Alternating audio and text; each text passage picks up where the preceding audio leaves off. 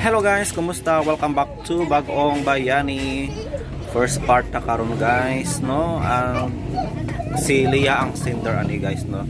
Si Lia usa ka breadwinner guys, tungod kay ang iyang ginikanan is wala na. Ang iyang mama guys wala nagparamdam o iyang papa nasakit pod mo nang siya yun no ang nahimong breadwinner.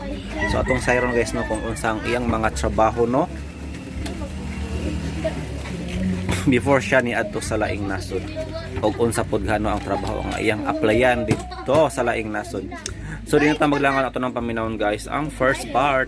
Nas, kini ang tulumanon nga magahatag og tigog ug dugog sa ato mga kaigsuunang OFW nga nanimpad sa laing nasod alay sa ilang pamilya ug mga mahal sa kinabuhi pag-umbayani. Sugdan ta karon ang sigilanon nga gipadaka nato sa atong sukin ti paminaw nga nagpatawag sa nga Miriam.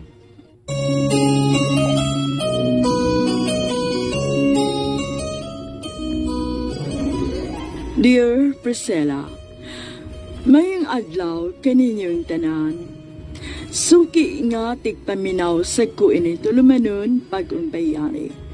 Ako si Miriam, usa ka OFW sa California. Sandya pa ko sa Cebu, nagtrabaho ko isip usa ka virtual assistant. Ug nagtrabaho sa ko sa mga usa ka kompanya dinhi sa Cebu. Ug double ang akong trabaho, Priscilla. Ug isip breadwinner na kamot ko nga makasupply sa mga panginahanglan sa akong pamilya. O dollar ang sweldo nako kay nagbase man sa US ang akong amo. Pero ang nakalisod kay wa may mga benefits o igura pang ibuhi sa pamilya ang akong sweldo.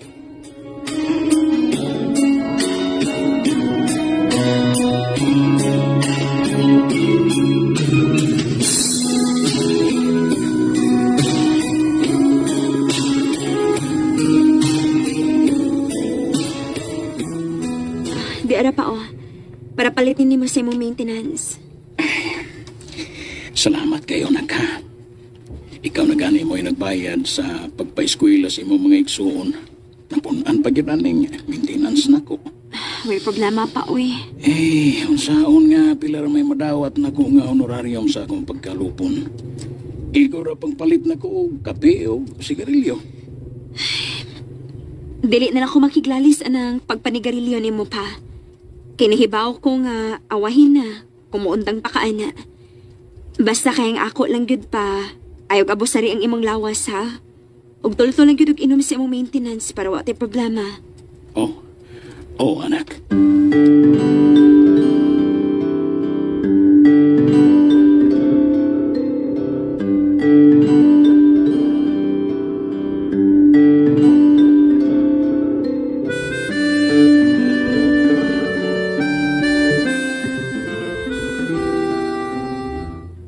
Bugata ang imong responsibilidad day no? Bugat gyud ay. Pero unsaon taman, wa may laing makatabang nako good. Si Papa na igipamati. Unyang ako mga igsuon, nag-eskwela pa. Ako pa man maoy na trabaho. Si mama din ni mo nga to sa laing nasod. Dili day mo tabang? Na, maglisod na to uy. ENT naman ko na siya dito. Unsa man tay nahitabo sa imong mama day? Ganong nagtago-tago naman siya dito. Ambot lang. Basta kay mo ni katapusin niyang giingon. Og sukad ato, tagsa na lang kaayo siya manawag. Mao nga kung may naning kamot og maayo nga makakwarta. Kaya sa si mama, tagsa na lang kayo magpada. Sige lang day. Kaya ra lagi na nimo. Fight lang gyud.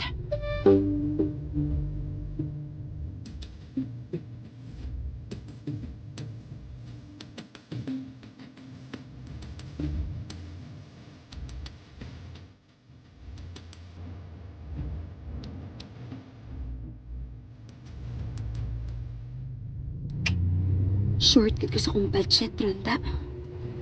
Ay, sakto. Muang ka.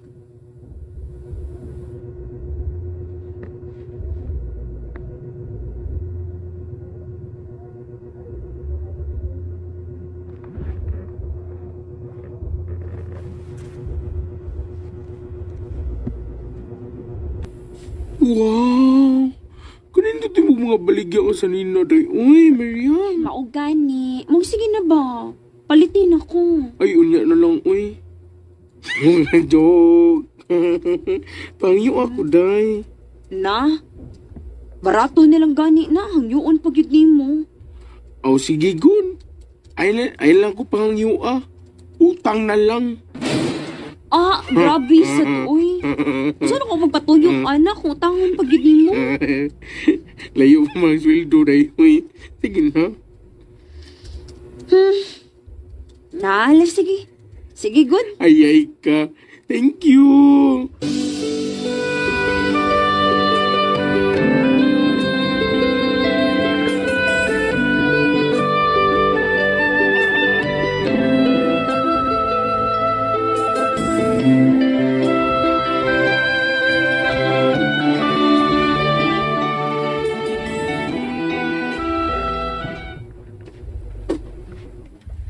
Ay, salamat. Nakahigda na gitawan ko. Miriam, Oh, Dong. nakita ka ni Kuya Muy Muy, te? Wa man. Wa pa di mauli gikan sa eskwelahan? Wa man, te. Ingom siya ganina nga. Tabangan ko niya sa kong projects ko. Ugma na ra ba ni ipas? Kadiyot lang sa Dong, ha? Hello, Daijin? Day, si Muy Muy ba imong manghod? Niadapit sa iskina sa amo. Na-discuss siya sa motor. Unsa?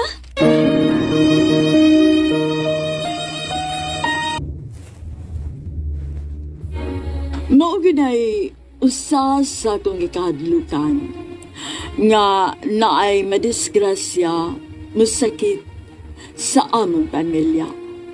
Kay gawas nga mabalagat ta wa pagkuy tinikom para bayad sa ospital kung makinaunsa.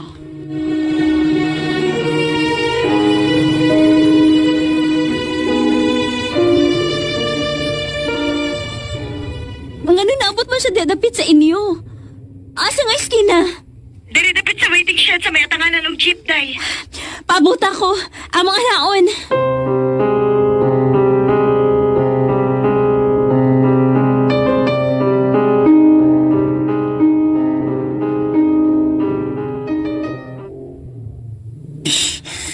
Ay, noon sa man in town ka. Uy, muy.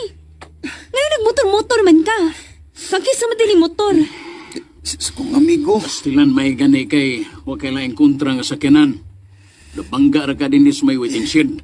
Sakit ako pa. Tempa. Maum lagi kang ilim nun. Nakainom ka, muy. Oo, sugo mo gusto kong mga amigo nga papalito inunon kay nautdan man. Kabadlungon ba yan ni mo eh? Tana, mamauli tas bay. Maglisod ako barog. Paning kamot? Nga lubito nag-inom-inom ka? Bangon diya aron nga matambalan tanang mga samad nimo. Sige na.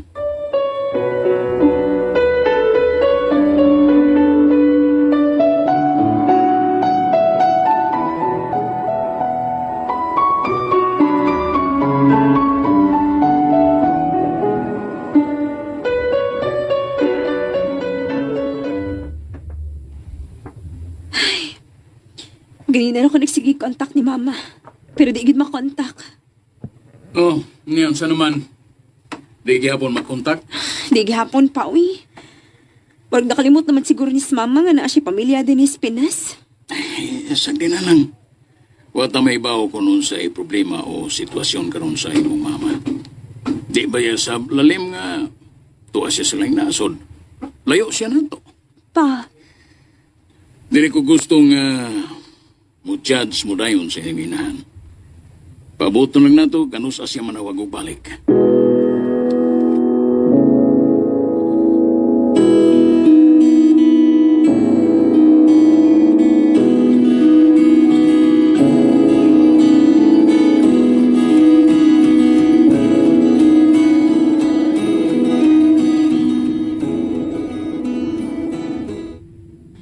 Ako pa ni mo, no? Mayo pag magbinyo na lang kaday. ha? Minyo? Ngano gud? Para na kay kaabag sa imong problema sa bahay. Dili lalim ng imo tanan, uy. Anya makatumong kong lalaki nga tapulan ug otrosin nga badlungon. Samot tad ako kong problema.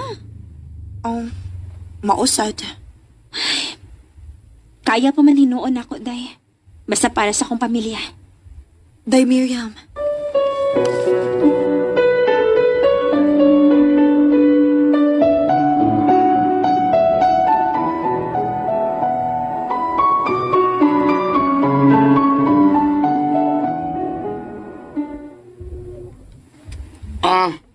Bayan ako nimo.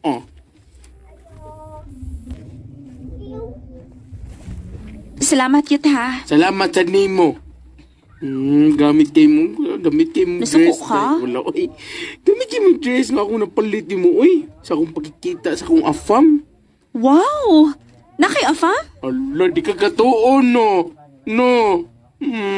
Uy! Gani ko sa akong afam, day. Dinis Pinas. Uy, time pa. Di ba wa makay uyab? Nasikaw ba ng amigo, day? Kopo, day. Nya, nangita ka asawa. Pilaila sa ka.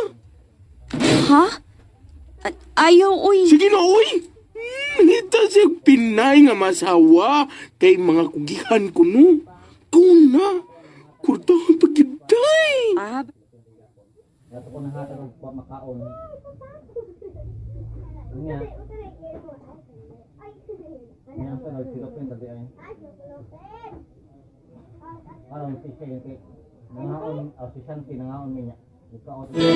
kubasta man si Boy Moy pa? Tuwa naman tos kwarto. Nagsige raw gigda. Uy, naon sa manon siya pa? Tana, atong atoon.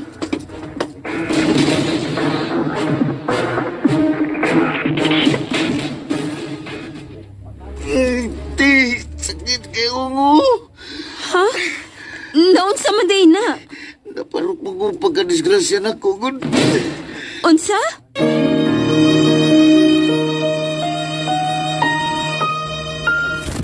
So ayan guys, nandungan na to no ang first part sa bagong bayani. So mo ginagkadlukan guys no sa mga breadwinner ang bigla ang pagkakasakit no sa iyahang membro sa iyang pamilya. No? O ato nadunggan guys na nadisgrasya no ang iyahang manghod. O problema yun kaayo si Lia syempre naman guys, kinsa man ang dili o problema no. Kung madisgrasya ang imong minahal sa kinabuhi. Ilabi na gyud no kung dili ka prepared wa pa kay savings. Saon na lang ni guys no nga malot sa ni Lia ang kining problema ha. Pero sama sa atong nadunggan guys, virtual assistant man siya. Ug nakabase sa US no ang iyang employer guys. So dako siya kita no, US based good siya. Say kita guys no, nga dako gyud kita ang virtual assistant. O gusto gyud po ko maging ani guys, pero wa mo tay background gud ani, wa tay knowledge no. O lack pud ta sa materials like personal computer. So I hope nga malampasan ni Lia guys no ang problema.